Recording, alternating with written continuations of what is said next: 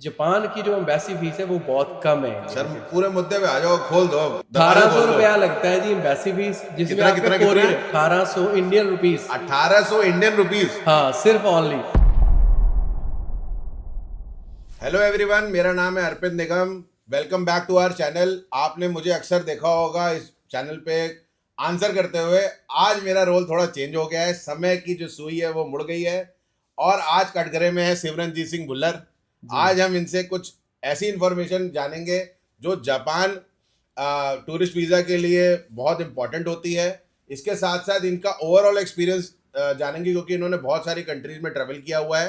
कैसे हो भुल्लर साहब? बहुत बढ़िया जी, आप सुनाओ, आप ठीक हो? कैसा लग रहा है उस सीट पे बैठ के? इस सीट पे बैठ के अच्छा लग रहा है और मैं भी ऑडियंस को कुछ बता सकूंगा, क्योंकि वहां पे तो मुझे मौका नहीं मिलता, यहाँ पे मुझे आप बोलने का मौका मिलेगा आज। सर आज मुझे मौका मिला है, आप ये समझ लो आज मैं वो सारे बदले पूरे करूंगा। बदले लोगे आप? हाँ, बदले लूंगा जो इतने दिनों से मेरे साथ ले रहे हो उल्टे सीधे क्वेश्चन पूछ के। कोई बात नहीं, आप बदले लो, पूछो जो चाहिए आपको, जो इन्फॉर्मेशन चाहिए, जो अपने देखने वालों को इन्फॉर्मेशन चाहिए, जी, जी, जी। जिसमें हम हेल्प कर सके तो हमें अच्छा लगेगा। सर पहले तो आप ओवरऑल कंट्रीज बताओ कि किस किस कंट्रीज का आप ट्रेवल करे हो और कैसा आपका एक्सपीरियंस रहा ओवरऑल, जितनी भी कंट्री आप गए।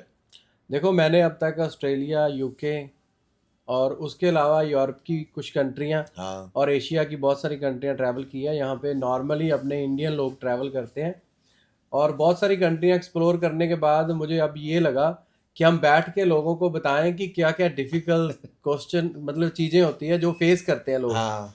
और जो हमने भी फेस की है 1-2 दिन में। हाँ, और सर ये भी जरूर शेयर, मतलब मैं सबसे ज़्यादा इंपॉर्टेंट तो मैं ये जानना चाहूँगा कि जो प्रॉब्लम सर इमिग्रेशन में आती है वो भी थोड़ा डिस्कस करके बताइए कि कोई आपके संग सिचुएशन क्रिएट हुई हो या फिर कोई ऐसा सिनेरियो क्रिएट हुआ हो जो आपके लिए बहुत एबनॉर्मल सा हो, या फिर आपको लगा हो कि यार ये कैसे हो गया। कोई ऐसी सिचुएशन हुई कभी? देखो, ऐसे है कि इतनी बड़ी बड़ी कंट्रियां ट्रैवल करने के बाद जब मैंने जापान का अपना वीज़ा अप्लाई करने का सोचा कि मैं जापान थोड़ा एक्सप्लोर करूंगा, कि हाँ। बंदे को थोड़ा ड्रीम होता है ना। हाँ।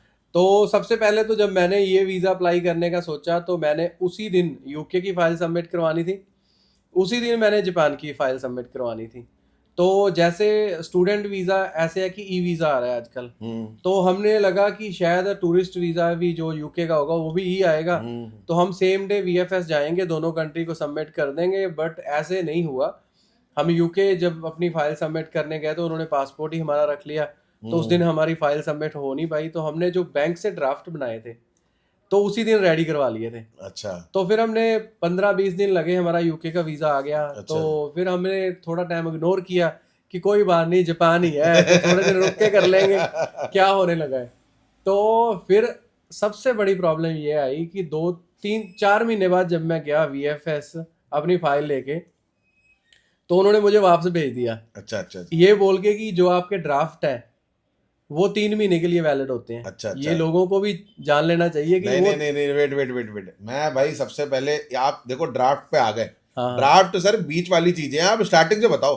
पहले तो थोड़ा डॉक्यूमेंटेशन पे क्लियरिटी दो। वो आगे बताऊंगा ना, आगे बताओगे? आगे बताऊंगा मैं। पहले मैं ये बता रहा हूँ कि दिक्कतें क्या आई। चलो ठीक आपने है। मेरी दिक्कतें क्लियर करने को बोला, मैं अच्छा। बताऊंगा कि मेरा ड्राफ्ट 4 महीने पुराना था। हाँ। मैं ड्राफ्ट जो मुझे वापस भेज दिया उन्होंने, पूरा दिन खराब हुआ। हाँ। ड्राफ्ट के लिए मैं चला गया अपने बैंक, हाँ। और बैंक वाले मेरे रीन्यू करने के लिए, तो चलो मेरे जानकार है बंदे, वो रीन्यू करने के लिए एग्री हो गए। अच्छा अच्छा। बट उन्होंने एक गलती छोड़ दी, उन्होंने स्टैंप नहीं लगाई ड्राफ्ट के ऊपर, हाँ, साइन कर दिया हाथ से। बैंक की स्टैम्प भी अब लगती है। जो वीएफएस वाले हैं वो एम्बेसी नहीं है। हाँ। जो वहां पे लड़कियां लड़के काम करते हैं वो नॉर्मल है, उनको बहुत सारी चीजें नहीं क्लियर कि इसका ड्राफ्ट का नंबर होता है, वो डालेंगे तो जो भी पैसे इधर उधर होने हो जाएंगे। जी जी जी। बट उनको स्टैंप चाहिए थी। ओके। उन्होंने हमें भेज दिया। फिर नहीं, दूसरा दिन ऐसे था कि हम जब दूसरी बार गए फरीदकोट से दौड़े कि अब तो ड्राफ्ट पे साइन हो गए, हम सीधा जाएंगे वीएफएस, तो हमारी फाइल सबमिट हो जाएगी। अच्छा। क्योंकि हम करते हैं मेनली काम कनाडा का, जैसे यूके का वीएफएस 5 बजे तक खुलता है। हाँ। बट जापान का वीएफएस खुलता है 3 बजे तक। हाँ। हमें 4 बजे जब पहुंचे तो उन्होंने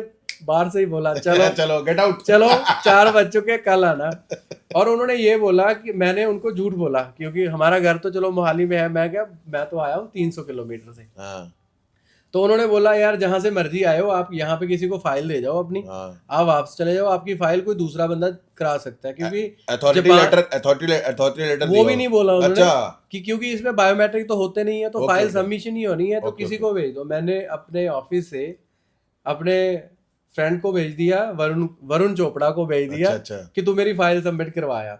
वो अगले दिन पूरे टाइम पे पहुंच गया, अभी आज तो काम हो ही जाना है। हाँ ये था तीसरा चक्कर वीएफएस का। हाँ और वो गया जब फाइल सबमिट करवाने के लिए, तो उन्होंने ड्राफ्ट चेक किया, तो ड्राफ्ट पे स्टैंप नहीं है, तो उन्होंने वापस भेज दिया। ओके तो हमने बैंक में बात की, अपने जो पर्सनल बैंकर थे उनसे बात की, तो उन्होंने बोला किसी भी इंडस बैंक में जाके हमारी बात करवा दो, स्टैंप हो जाएगी।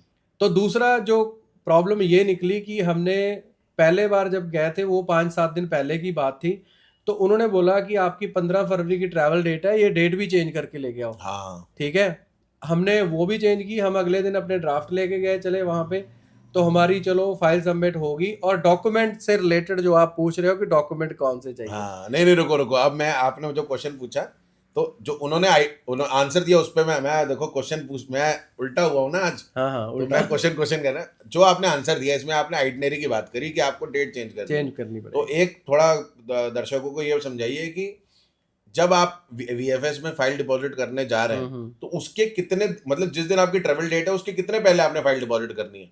आपने कम से कम उससे 1.5 महीना पहले करनी है। 1.5 महीना करनी है? हाँ, क्योंकि 15 दिन तो वीएफएस की टाइमिंग है। ठीक है। तो वो बोलते कई बार कोरियर लेट हो जाता है, 20 दिन तो आपके निकल गए। ठीक, तो आपको 1.5 महीने का गैप चाहिए जब आपने फाइल सबमिट करनी। ठीक है। मैं ऑडियंस को बताना चाहूंगा, अगर आप जापान जाना चाहते हैं टूरिस्ट वीजा पे, तो आप ये चीज हिदायत पे रखें कि 1.5 महीना पहले आपकी जो भी आइटनरी है उससे 1.5 महीना पहले अपनी वीएफएस में फाइल डिपॉजिट करें। नहीं नहीं नहीं नहीं नहीं, ऐसा है कि आज हम क्वेश्चन जहां से शुरू करने थे वहां से नहीं किए। हमने पहले वो इन्फॉर्मेशन दी जो बाद में देनी थी, जो पहले देनी थी वो बाद में दे रहे हैं।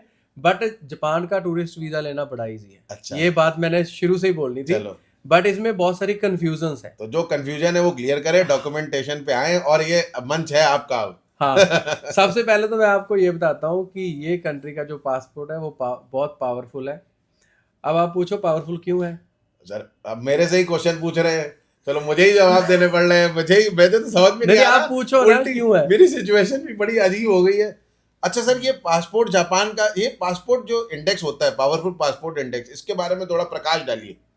देखो, बहुत सारे लोगों को ये होगा कि इसकी करेंसी जो है वो तो नीचे है, यूएसए के ऊपर है, कनाडा के ऊपर है, ऑस्ट्रेलिया के ऊपर है। ये और सिंगापुर का पासपोर्ट की वैल्यू क्यों ज्यादा है?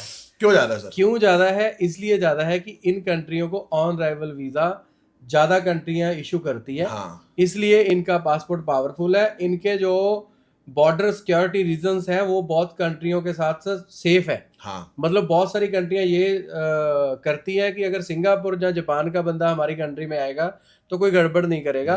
तो इसलिए इनको बहुत सारी कंट्री ऑन अराइवल वीजा देती है। इसके बाद हम आते हैं कि जापान की जो एम्बेसी फीस है वो बहुत कम है। सर पूरे मुद्दे पे आ जाओ, खोल दो।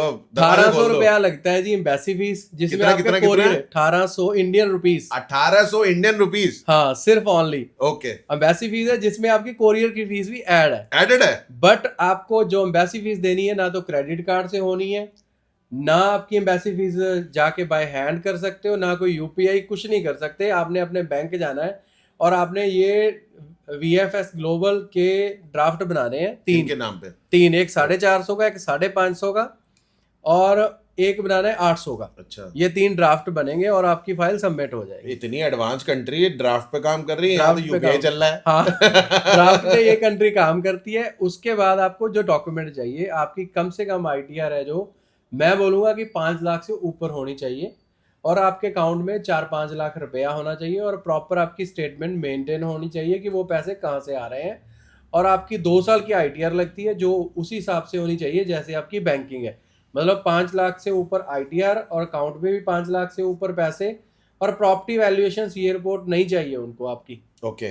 जीएसटी नंबर है तो आप दे सकते हो, नहीं हो तो भी चलता है। ठीक है। तो बड़ा इजी इसका वीजा आ जाता है। आपको होटल बुकिंग चाहिए प्रॉपर, और एयर टिकट चाहिए, ये चीजें चाहिए, और आइटनरी चाहिए। ये नॉर्मल से डॉक्यूमेंट चाहिए, और जापान का वीजा इजीली आ जाता है। पहले हमने आपको जो बाद में बताना था वो बता दिया कि आपको वीएफएस के चक्करों से बचना है, तो ये वीडियो आपने पहले हमने देख ली होगी कि वीएफएस के चक्करों से भी बच सकते हो। अगर अगला आपका कोई क्वेश्चन है तो वो भी आप पूछ सकते हैं। नहीं सर, मुझे बस ये पूछना है कि आपने कितने दिन की ट्रिप बनाई थी? कोई जो भी हमारे ऑडियंस में से कोई जापान की ट्रिप बना रहे हैं तो वो कितने दिन वहां जाएं तो सफिशिएंट रहेगा? आपने रिसर्च करी है तो? अगर आपने जापान घूमने जाना है तो कम से कम आपने 10 दिन जाना है। 10 दिन? 10 दिन। ओहो। अगर जापान को एक्सप्लोर करना है। अच्छा। देखो बहुत सारे लोग ना आज की डेट में अपना टूरिस्ट वीजा अप्लाई करना चाहते हैं, जैसे कनाडा, ऑस्ट्रेलिया, न्यूजीलैंड। तो बहुत सारे कंसल्टेंट उनको ये बोल देते हैं कि ट्रैवल हिस्ट्री बना लो अपनी। हाँ, बहुत जापान की ट्रैवल हिस्ट्री की वैल्यू है इस लेवल तक बहुत ज्यादा। कि अगर आपने ट्रैवल हिस्ट्री बनानी है तो जापान की बनाओगे, उसकी वैल्यू है। ओके। और कई लोग तो थाईलैंड चले जाते हैं ना ट्रैवल हिस्ट्री बनाने के लिए, उसकी कोई ज्यादा वैल्यू नहीं है। नहीं नहीं नहीं। बट बुरा नहीं है, अच्छा है घूमने के हाँ, लिए। जी, हाँ जी, हाँ जी। बट ट्रैवल हिस्ट्री के लिए जापान बहुत अच्छा है। जी जी जी। और कितना सर बजट आप रखो? एग्जाम्पल देखो, आप तो अमीर आदमी हो, पर एक नॉर्मल आदमी कितना बजट रखे? कम से कम 3 लाख रुपया बजट रख के चलो, बहुत सारी कॉस्ट आती है जापान अच्छा में अच्छा टूरिस्ट। अच्छा। अगर अगर आप देखना चाहते हो जापान को तो 3 लाख की कम से कम आपको बजट हिस्ट्री ठीक रखनी ठीक चाहिए अपनी। ठीक है जी। तो ये थी इंफॉर्मेशन जापान के टूरिस्ट वीज़ा के रिगार्डिंग। इसके अलावा आपकी कोई क्वेरी हो तो नीचे दिए नंबर पे कॉल करिए। और जितनी भी इंफॉर्मेशन चाहते हैं, अपना टूरिस्ट वीज़ा अप्लाई करना चाहते हो तो इनके थ्रू अप्लाई भी कर सकते हो आप। इसके अलावा कोई आइटनरी बनवानी है तो वो भी, और पैकेज बनवाना हो तो वो भी ले लो इनसे। पूरी इंफॉर्मेशन रखते हैं बुल्लर साहब अपने। ये हमारी पहली वीडियो थी किसी कंट्री का टूरिस्ट वीजा अप्लाई करने के लिए, इसलिए हमने आगे पीछे थोड़ी इन्फॉर्मेशन की है। बट आप पूरी वीडियो ध्यान से देखोगे तो मिल जाएगी इन्फॉर्मेशन। हाँ अगर फिर भी आपको कोई डाउट लगता है तो आप एनी टाइम हमें कॉल करके जापान टूरिस्ट वीजा की इन्फॉर्मेशन ले सकते हो। वीडियो देखने के लिए धन्यवाद। अगर आपको ये वीडियो अच्छी लगे तो आप आगे आगे शेयर करना इसको। Thank you. हाँ, चलो जापान। चलो जापान।